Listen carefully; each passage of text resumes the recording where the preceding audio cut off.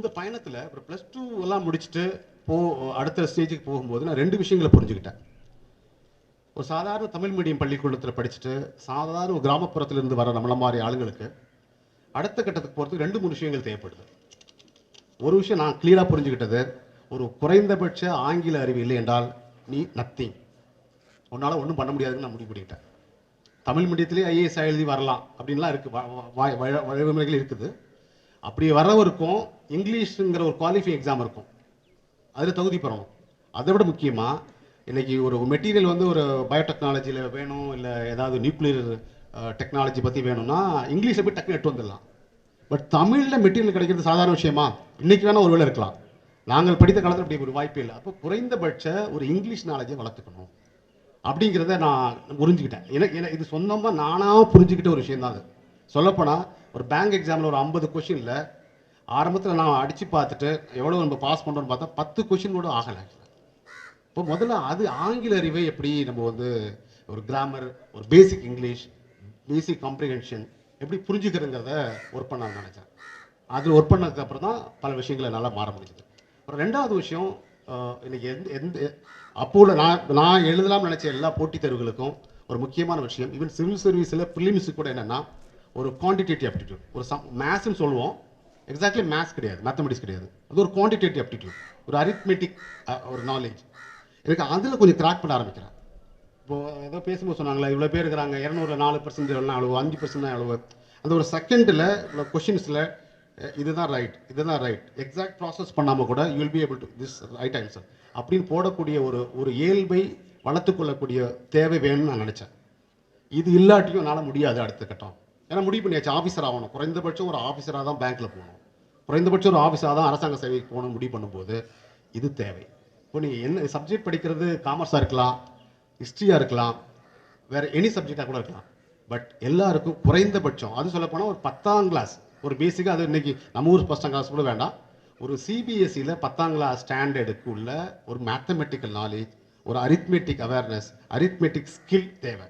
அதை நீங்கள் என்ன பண்ண போகிற, என்ன கோர்ஸ் படிக்க போகிறேன்னு பிளான் பண்ணாலும் அதை பில்டப் பண்ண ஆரம்பிங்க, எப்போலேருந்து ஆரம்பிங்க. அப்புறம் ஒரு 3வது விஷயம், ஒரு உலக அறிவு. உலக அறிவு நான் சொல்கிறது பார்த்தீங்கன்னா, அதாவது நடக்கிற எதுவும் அந்த சொசைட்டியில் நடக்கிற எந்த விஷயங்களையும் என்னென்னு கவனிக்கக்கூடிய ஒரு தன்மை, அதை வளர்த்துக்கணும். அது சொந்தமாக தொழில் பண்ணுறவராக இருக்கட்டும், சொந்தமாக தொழில் பண்ணுறவருக்கு இன்னும் சொல்லணும்னா அதிகமாக வேலை, அவருக்கு தெரியணும் பொருள் மார்க்கெட்டில் எது விற்கிது. டீ கடை வைக்கலான்னு முடிவு பண்ணுறோம், நேற்றே ஏதோ பார்த்தேன், ஒரு அம்மா ஒரு குடும்ப சூழ்நிலையில் கஷ்டமாயிட்டு பணக்காரனாக இருந்தவங்க ஏழையாயிடுறாங்க, திரும்ப பவுன்ஸ் ஆகி பேக் வரதுக்கு என்ன பண்ணுறாங்கன்னா ரோட்டு சைடில் ஒரு இட்லி கடை வைக்கிறாங்க. அப்படி தான் ஆரம்பிச்சு அப்படி வராங்க. அடுத்து ஹஸ்பண்ட் வந்து உடஞ்சி போய் உட்காந்துடுறாரு, அந்த அம்மா தைரியம் கொடுக்குறாங்க, அந்தாங்க என்கிட்ட இருக்கிற 2 கிராமுக்குள்ள ஒரு நகை இருக்குது, அதை வச்சு ஒரு இட்லி கடை வைக்கிறாங்க. இன்றைக்கி வந்து ஏதோ ஒரு முக்கியமான இடத்துல மிகப்பெரிய ஹோட்டல் வச்சுருக்காங்க. ஸோ நானும் நிகழ்ச்சி பார்த்தேன். அதனால் பவுன்ஸ் பண்ணி பேக்கில் வர்றதுக்கும் உலக அறிவு தேவை. எந்த இடத்துல டீ கடை போடணும், இப்படி போடணுமா, ஏன் 10 பேர் இட்லி கடை வச்சிருக்கும் போது ஏன் ஒரு சில இடத்துல இப்போ திருச்சியில் பஸ் ஸ்டாண்ட் பக்கத்தில் நிறைய கடைகள் பார்க்கலாம், ரோட்டு கடை, ஆனால் ஒரு சில ரோட்டு கடையில் தான் கூட்டம் அதிகமாக நிற்குது. அந்த கடை ஃப்ரீயாக இருக்கு, ஆள் போக மாட்டேன்றாங்க. ஏதோ ஒரு உத்தி இருக்குது அந்த இடத்துல, ஒரு இட்லியில், ஒரு சட்னியில், ஏதோ ஒரு இதில் ஒரு ஸ்பெஷலைசேஷன், ஏதோ ஒரு நல்ல விஷயம், ஏதோ ஒரு டேஸ்ட், பட் திரும்ப ஆளுங்களை வரவழைக்குதுங்க. அதுக்கு உலக அறிவு தேவை. பத்திரிகைகள் படிக்கணும், நியூஸ் பேப்பர் படிக்கணும். ஸோ முதல்ல ஹிந்து பேப்பர் எடுத்து, தமிழ் பேப்பர்லாம் படிக்கிறது மட்டும் இல்லாமல் ஹிந்து பேப்பர் எடுத்து படிக்க ஆரம்பிக்கணும். ஹிந்து பேப்பரில் தலைப்பு கூட புரியாது, என்ன சொல்ல வர்றாங்கன்னு தெரியாது ஆரம்ப கட்டத்தில். அப்புறம் அதுக்கப்புறம் என்ன சொல்லணும், ஐஏஎஸ் எக்ஸாம் அளவுக்கு நம்ம போயிட்டு நம்ம வெற்றி பெற்றுறதுக்கு ஒரு 4-5 காரணங்கள் சொன்னோம்னா நிச்சயமாக அந்த ஹிந்து பேப்பரை சொல்லியே ஆகணும். ஹிந்து பேப்பருடைய ஒவ்வொரு தலையங்கமும் ஒரு வேர்ல்ட் வியூ, பங்களாதேஷ், பாகிஸ்தான், நேபாள், இல்லை உலகத்தில் நடக்கிறது, இல்லை சவுத் ஏஷியா, இந்தியாவில் நடக்கிற ஒரு சின்ன விஷயம், கேஸ்ட் ப்ராப்ளம், ரிலீஜியஸ் ப்ராப்ளம், எந்த பிரச்சனையாக இருந்தாலும் என்ன நடந்துட்டு இருக்குங்கிற ஒரு உலக அறிவு. அது சாதாரண லெவல்லேருந்து அவர் கேட்டார் இல்லையா, ஏதோ டிஎன்பிஎஸ்சி சேர்மன் யார், யூபிஎஸ்சி சேர்மன் யார், எனக்கு குற்றம் நடிச்சாச்சு, உண்மையிலே எனக்கு தெரியலப்போ, எனக்கு தெரியாது, தரல. பட் அது மாதிரி இது வந்து ஜஸ்ட் ஒரு புள்ளி வரங்கள் மாதிரி, உலகத்திலேயே உயரமான மலை எது, உலகத்திலேயே சின்ன வாட்டவர் அப்படிங்கிற மாதிரி நான் என்னுடைய இது ஆரம்பிக்கல. I was not planning to become a clerk in any institution. I was planning for a big role, பெரிய ரோல். ஸோ அந்த வகையில் வந்து பார்த்தீங்கன்னா உலக அறிவுகளை வளர்த்துக் கொள்வதற்கு பேப்பர்கள் படிங்க, நியூஸ் பேப்பர் படிக்க ஆரம்பிங்க. ஃப்ரண்ட் லைன்லாம் இப்போ எவ்வளோ வருதுன்னு ஃப்ரண்ட் லைன் பிஸ்னஸ் லைன் படிங்க. தொழில் சம்மந்தமாக வணிகம் சம்மந்தமான விஷயங்களை ஒரு வார்த்தை சொன்னால் இது என்ன, பிஸ்னஸ் கவரேஜ் ரேஷியோ, ஏதாவது அது ஒரு வார்த்தைன்னா இது என்னங்கிற அளவுக்காவது ஒரு விஷயங்களை தெரிஞ்சுக்கிறதுக்கு பேப்பர்கள். இப்போ பேப்பர் மட்டும் இல்லை, எங்கள் காலத்தில் பேப்பர் மட்டும் இருந்தது. இப்போது ஒரு சின்ன விஷயம்னாலும் கிளிக் பண்ணால் கூட கிடைக்கக்கூடிய கூகுளில் பல்வேறு வலைதளங்களில் வாய்ப்புகள் இருக்கிறது. அந்த வாய்ப்புகளை எங்களுக்கு இல்லாமல் இருந்தது. ஆக்சுவலாக வலைதளங்களை பயன்படுத்தக்கூடிய வாய்ப்பு இந்த செல்ஃபோன் மூலமாக கிடைக்குது. இந்த செல்ஃபோனை வச்சுட்டு முன்னேற முடியும், வீணாக போகிறதுக்கு பல வாய்ப்புகள் இருக்குது இல்லைங்களா? ஸோ உலக அறிவுகளை வளர்த்துக்கொள்ளணும். அப்புறம் இது எல்லாம் சேர்ந்து ஒரு கலவையில் இன்னொரு விஷயம் தேவைப்படுது, என்னென்னா ஒரு கான்ஃபிடென்ஸ். ஏன்னா உன்னால் முடியாதுன்னு சொல்கிறதுக்கு பல விஷயங்கள் நடக்க போகுது. வீட்டில் உள்ள அம்மா சொல்லுவாங்க நீ உருப்படவே மாட்டான், இல்லை அப்பா சொல்லியிருப்பார் அவனை பாரு இவன் என்னைக்கும் அப்படி தான், பக்கத்து வீட்டுக்காரன் ஏற்று வீட்டுக்காரன் இவர் ஐஏஎஸ் படிக்கிறாராம், அவர் யார் இவர், பல ஏளனங்கள் உங்கள் கண் முன்னாடி வரப்போகுது. பல என்ன சொல்கிறது, நீங்கள் உங்களால் பண்ண முடியாதுன்னு சொல்வதற்காக பல விஷயங்கள் நடக்க போகிறது. அதையும் எதிர்கொள்வதற்கு சொன்ன மாதிரி அது கனவு காணுவதற்கு நான் ஆகிறேன்ப்பா. அவர் சொன்ன மாதிரி இந்த கலெக்டர் ஆஃபீஸில் நான் கிளர்க்காக தான் ஞாபகம் பண்ணிக்கிறேன் குரூப் 4ல். இதே ஆஃபீஸில் இல்லாட்டியும் ஏதோ ஒரு டிஸ்ட்ரிக்ட் கலெக்டரேட்டில் நான் கலெக்டாக வர்றேன், எல்லாரும் இந்த சல்யூட் அடிக்கிறாங்க அப்படிங்கிற ஒரு தைரியம், ஒரு கான்ஃபிடென்ஸ். இந்த 4 விஷயங்களை வளர்த்துக்குங்க, ஆட்டோமேட்டிக்காக எல்லாம் வந்துடும். அப்புறம் இறுதியாக ஜஸ்ட் 2 நாளைக்கு முன்னாடி தான் உலக மகளிர் தினம் நடந்தது. இந்த மிகப்பெரிய ஒரு அவையில் பல்வேறு பெண்கள் இருக்கிறாங்க. இந்த பசங்களோட அதிகபட்சமான ஒரு அக்கறையை நான் வந்து பெண்களுக்கு கொடுக்கணும்னு நினைக்க விரும்புகிறேன். எனக்கு 2 பெண் குழந்தைங்க இருக்காங்க.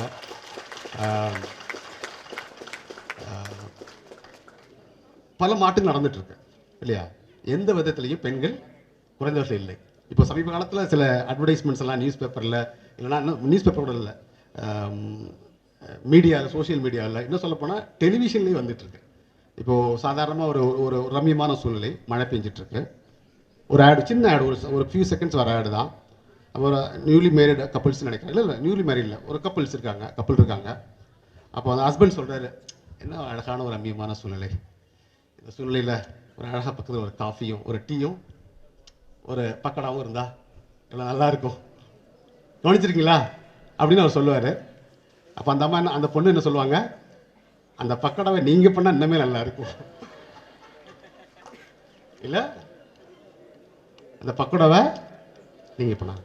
அப்புறம் இன்னொரு ஆடு, அந்த ஆடு பார்த்தீங்கன்னா என்னென்னா இப்படி நியூலி மேரிடு கப்பல், அப்போ தான் ஹஸ்பண்ட் ஒய்ஃப் 2 பேரும் ஒரு ரம்மியமான சூழ்நிலை இருக்காங்க. அப்போ வந்து அந்த ஹஸ்பண்ட் இல்லை, அவன் வந்து பெருமையாக வந்துட்டு நான் வந்துட்டு உனக்கு சமையலில் ஹெல்ப் பண்ணுறேன் அப்படின்னு சொல்லுவான்.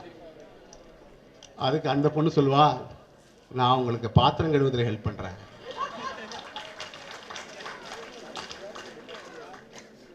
சரிங்களா? பசங்களால் பண்ண முடிஞ்சது உங்களாலையும் பண்ண முடியும். சமுதாயத்தில் பல மாற்றம் நடந்து கொண்டிருக்கிறது. அதில் பெண்களால் சாதிக்க முடியாத எதுவுமே கிடையாது. இன்னும் பல பேர் பேச போகிறாங்க, அதனால் நானே பேசியிருந்தால் நல்லா இருக்காது.